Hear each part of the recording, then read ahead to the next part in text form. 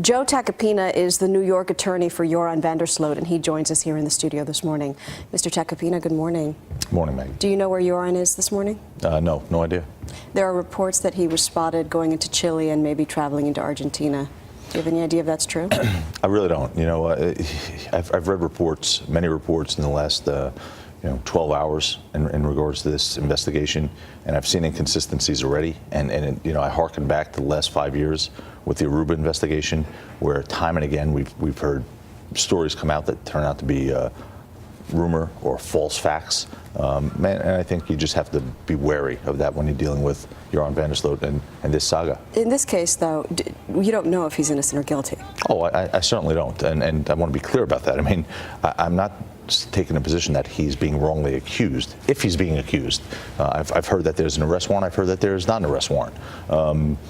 What I do say is that Joran Sloot's an easy guy to point the finger at. He's a popular suspect. He's someone who, people believe, people have very strong opinions about this, that he got away with murder, literally, in Aruba, which the evidence says otherwise. The judges have said otherwise.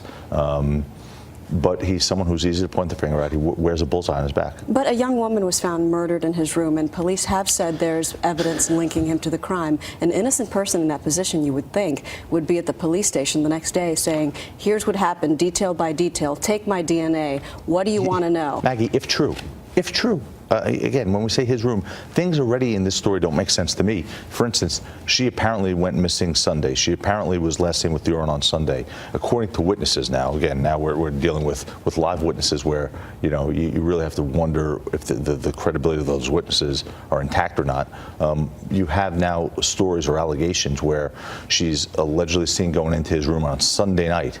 He's allegedly seen leaving 5 hours later alone, leaves the country either the next morning or later that day, and she's not found till Wednesday in the room. I get that we don't know. Did they not clean the room for 4 days? We don't know all the pieces yet. Well, we don't know all the details yet. But I have to tell you, I feel like I'm having deja vu, because I was in Aruba a few years ago when he was rearrested for the crime there, and attorneys were telling me the same thing that you're telling me. And what happened? But don't you think it's incredibly unlikely that the same young man, under the same circumstances, could be wrongly accused of murder twice?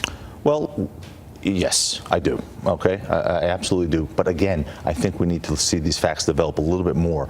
The stories I'm hearing, some of them are not plausible, and some of them are so inconsistent that they can't be true. I just don't know what happened. But let's remember one thing. He was never actually indicted in Aruba.